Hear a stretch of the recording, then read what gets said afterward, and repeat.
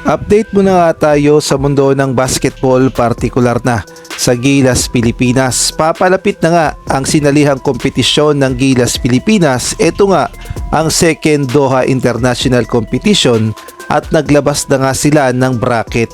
At hindi nga rin biro ang makakaharap ng Gilas Pilipinas dito dahil pawang mga powerhouse din pagdating sa Asia. Ngunit bago nga tayo magpatuloy, pakipindot naman ang like, subscribe at ang notification bell para updated ka sa lahat ng aking ina-upload. At kung gusto mong magpa-member sa aking channel ay pindutin mo lamang ang join at automatic ka na sa mga shoutout.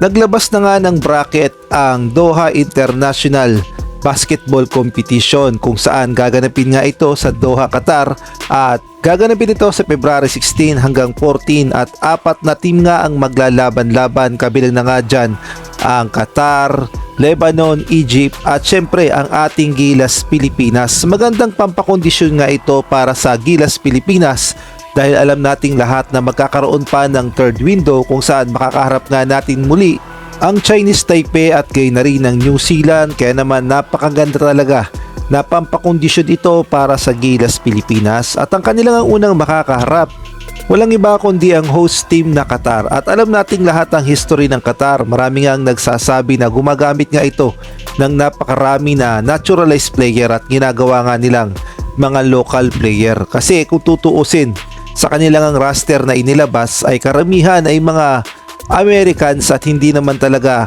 mga purong Qatar. Kaya naman ating tignan yung roster na gagamitin nila kontra sa Gilas Pilipinas. At kung ating ang titignan yung roster nila ay meron silang mga Americans na kagaya na lamang ni Mike Lewis, Tyler Harris, itong si Babacar Dieng, Seydou Nodie, at meron din silang mga parang Palestino, Egyptian na kagaya na lamang ni Mustafa Foda, Allen Hazibegovic at ito pa ngang si Paris Advic. So napakarami talagang mga naturalized pero kino-consider itong local player sa Qatar basketball. Kaya naman masasabi natin mapapalaban talaga dito ang Gilas Pilipinas. Tignan natin kung hanggang saan ang ibubuga ng Gilas Pilipinas dahil unang-una home court advantage at bukod pa doon ay isang katutak ang kanilang mga naturalized player. At ang pangalawa namang makakalaban ng Gilas Pilipinas, ito ang kupunan ng Team Lebanon na alam nating lahat na tinatalo ang Gilas Pilipinas. At ito nga si Wael Arakji ay hindi talaga makakalimutan ng Gilas fans dahil nag-night-night ito ng talunin ng Gilas Pilipinas. At ang import pa noon ay si Jordan Clarkson. Ngunit masasabi nating maninibago talaga ang Lebanon sa bagong lineup ng Gilas Pilipinas under coach Tim Cone dahil hindi na nga yun ang nakalaban nilang Gilas Pilipinas na tinatalo-talo lamang nila. Ngayon kasi ay mas malakas na ang Gilas Pilipinas na lineup kaya naman mahihirapan talaga itong Lebanon dahil ang kanilang lineup ay hindi naman masyadong nagbago at may mga ilang players lamang na dinagdag. Kaya naman masasabi nating yamado ngayon ng Gilas Pilipinas dito sa mangyayaring kompetisyon sa Doha. At bukod nga sa Qatar at gayon na rin dito sa Lebanon, ang ikatlo pang makakalaban ng Gilas Pilipinas ay itong Egypt. At masasabi nating malaki talaga ang tsansa ng Gilas Pilipinas na pataubin itong Egypt dahil unang-una sa experience ay lamang na lamang ang Gilas Pilipinas pagdating sa mga laban sa international competition kagaya na lamang sa FIBA Asia Cup at gayon na rin sa FIBA World Cup.